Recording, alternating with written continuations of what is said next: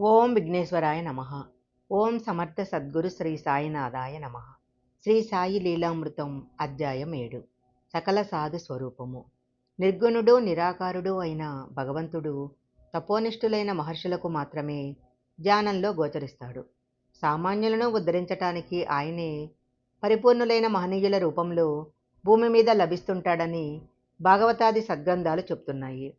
కానీ అందరూ మహనీయులుగా ఉన్న దైవమే సాయిగా ప్రత్యేకించి అవతరించినదని భక్తుల అనుభవాలు నిరూపిస్తున్నాయి. అందుకే ఆయన అద్వితీయ పూర్ణ దత్తావతారము, సకల సాధు స్వరూపము. సాకోరి నివాసి హంసరాజ్ ఉబ్బసంతో బాధపడుతున్నాడు. అతనికి సంతానం కూడా లేదు. అతను ఈ 2 బాధలు నివారించమని నాసిక్ నివాసి దిగంబరి అయిన నరసింగ్ అను సిద్ధపురుషుణ్ణి ఆశ్రయించాడు. అతని దేహాన్ని ఒక భూతం ఆవేశించి సంతానం లేకుండా చేస్తుందని సాయిబాబాను దర్శిస్తే ఆయన అతని చెంప మీద 2 దెబ్బలు కొట్టి భూతాన్ని పోగొడతారని ఆ మహనీయుడు చెప్పారు. అతడు 1911లో సాయిని దర్శించగానే అతడేమీ చెప్పకముందే సాయి అతని చెంప మీద 2 దెబ్బలు కొట్టి దుష్టగ్రహమా పో బయటికి అని గద్దించారు. కొద్ది కాలానికి అతనికి సంతానం కలిగింది. ఈ మహనీయులిద్దరి అంతర్యము ఒకటేనని ఈ సంఘటన నిరూపిస్తున్నది.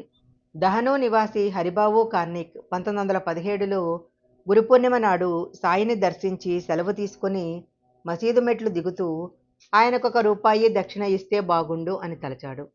సెలవు తీసుకున్న తర్వాత ఆయనను తిరిగి దర్శించరాదని శ్యామ అతనిని పంపేశాడు. అతడు నాసిక్లో దిగి ఆలయంలో ప్రవేశిస్తున్నాడు. ద్వారం వద్ద భక్తుల మధ్య ఉన్న నరసింగ్ మహారాజ్ హరిబాబు చేయి పట్టుకుని నా రూపాయి నాకివ్వు అన్నారు.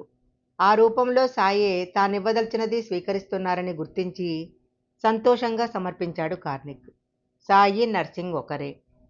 ధనికుడైన సాపూర్జీకి సంతానం లేదు. యాత్రలు దానాలు శాంతులు చేసినా ఉపకరించలేదు. దాసగను సలహాపై అతడు సాయిని దర్శించాడు. అతని మరవిని సాయి 5 రూపాయలు దక్షిణ కోరారు. కానీ మరలా తమకిదివరకే 3 రూపాయల 14 అణాలు ముట్టిందని చెప్పి 1 రూపాయి 2 అణాలు మాత్రమే తీసుకుని ఆశీర్వదించారు. ప్రథమంగా షిరిడీ దర్శించిన సాపూర్జీకి సాయి మాటలు అర్థంగాక దాసగుణుని అడిగాడు.